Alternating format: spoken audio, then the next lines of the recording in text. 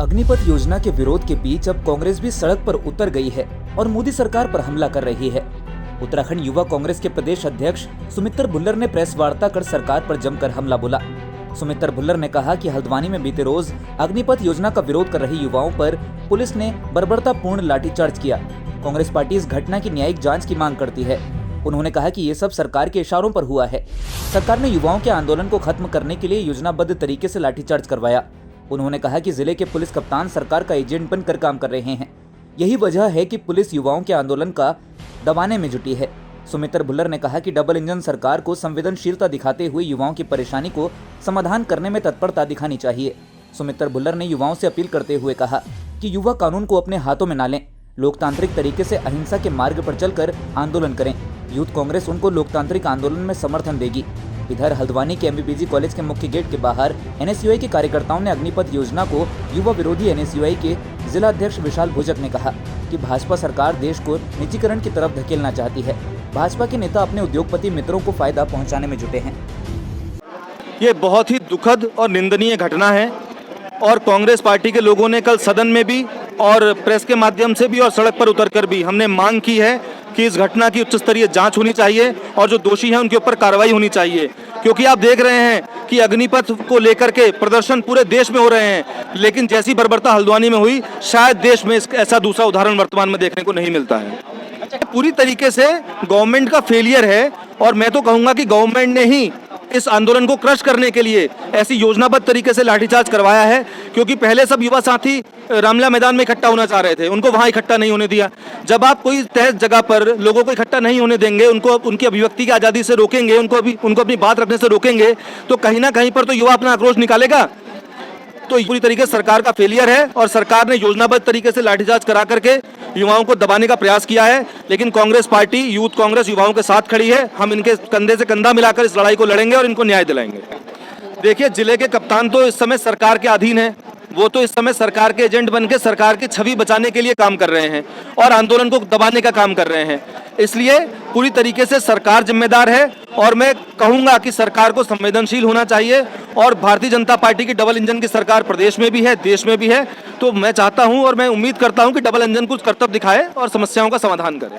देखिए, आज यहाँ पर हम सभी एनएसयूआई कार्यकर्ताओं द्वारा जो केंद्र सरकार द्वारा टीओडी लाई गई है, उसके विरोध में यहाँ पर केंद्र सरकार का पुतला दहन किया गया और केंद्र सरकार लगातार अपनी मनमानी नीतियाँ, अपने उद्योगपति मित्रों को फायदा पहुँचाने के लिए अपनी मनमानी नीतियाँ देश में लगातार पिछले 8 साल से थोपती हुई आई है। आप किसान आंदोलन लीजिए, आप सीए एनआरसी ले लीजिए और अन्य कई नीतियाँ ले लीजिए।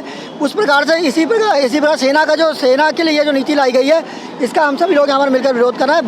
भाजपा सरकार पूरी तरीके से देश को निजीकरण की ओर ले जाना चाहती है, जो कि हम इस देश में होने नहीं देंगे और देश का हर एक युवा इसके खिलाफ आवाज़ उठाएगा। देखिए, आप देखिए पूरे देश में इसके खिलाफ विरोध प्रदर्शन हो रहा है और कल जिस प्रकार से हल्द्वानी में युवाओं ने इसका विरोध किया था और उस पर सरकार के आदेश पर सरकार द्वारा उन पर लाठीचार्ज किया गया, तो वो काफ़ी निंदनीय है और उसका हम पूरी तरीके से विरोध करते हैं। और हम यहाँ पर चेताना चाहते हैं भारतीय जनता पार्टी की सरकार को, केंद्र सरकार को और भारतीय जनता पार्टी के राज्य की सरकार को कि युवाओं के खिलाफ किसी भी तरह का उत्पीड़न, युवाओं के खिलाफ किसी भी तरह का दुर्व्यवहार बर्दाश्त नहीं किया जाएगा।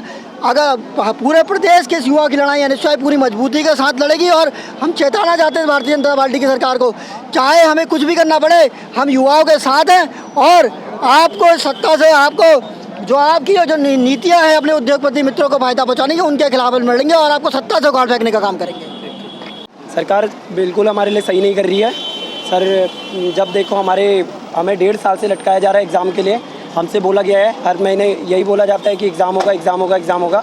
आखिर हमारा ये मानना है कि एग्ज़ाम होगा कब, और लास्ट में कोरोना का बहाना मारती है तो बोलते हैं।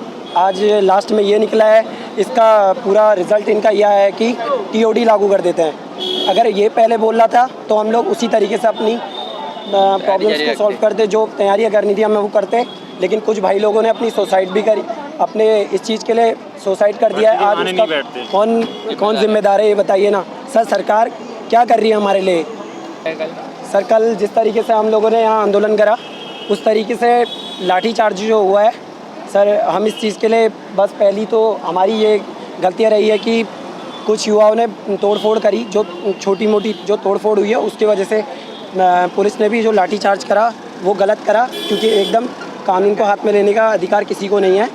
और सर हमारा ज़्यादा से ज़्यादा यही कहना है कि सर हमें और कुछ नहीं चाहिए, सर कैसे भी करके एग्ज़ाम करा दीजिए। सर मेरा नाम पवन पंत है। ये कल जो गलत तरीके से लाठीचार्ज पुलिस ने किया है वे बिल्कुल सरासर गलत तरीका है। लोकतंत्र में सभी को आवाज़ उठाने का अधिकार है। अगर छात्र अपनी शांतिपूर्ण मांगों को उठा रहे हैं, अपनी आवाज़ को अगर उठा रहे हैं तो उसमें कुछ गलत नहीं है। लाठीचार्ज पुलिस का इस तरीके से व्यवहार करना दूध चेहरे उसका जो है सामने आया है, और इसका जो है बिल्कुल हम कड़ी निंदा करते हैं और गलत उसको दिखाते हैं। मेरा नाम नाजिम अंसारी, NSY जिला अध्यक्ष।